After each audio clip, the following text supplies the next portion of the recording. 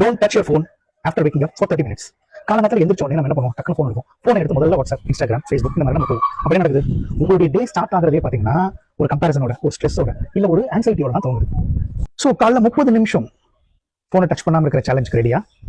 Mind mastery trick number 1. இந்த சேலஞ்சை நம்ம ஃபேஸ் பண்ணலாமா? நீங்கள் ரெடி ஆகீங்களா?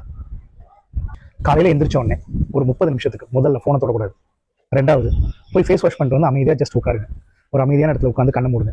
கண்ணை மூடிட்டு ஒரு 21 தடவை மூச்சை இன்ஹேல் பண்ணி எக்ஸேல் பண்ணு. எப்படி தெரியுமா?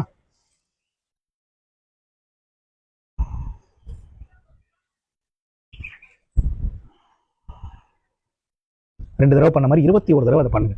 பண்ணி முடிச்சுட்டு கண்ணை மூடிட்டே இருங்க. மூடிட்டு இருக்கும்போது என்ன ஆட்டோமேட்டிக்கா உங்களுக்கு உங்களுடைய தாட்ஸை உங்களால் டிஃபரன்ஷியேட் பண்ணி பார்க்க முடியும். நீங்க வேற, உங்க தாட்ஸ் வேற. தாட்ஸ் போயிட்டே இருக்கும், உங்களால் அந்த தாட்ஸை அப்சர்வ் பண்ண முடியும். அந்த ரியாக்ட் பண்ணாம, முதல்ல வழக்கமா தாட் வரும், வந்த உடனே நம்ம ரியாக்ட் பண்ணுவோம் இல்லையா?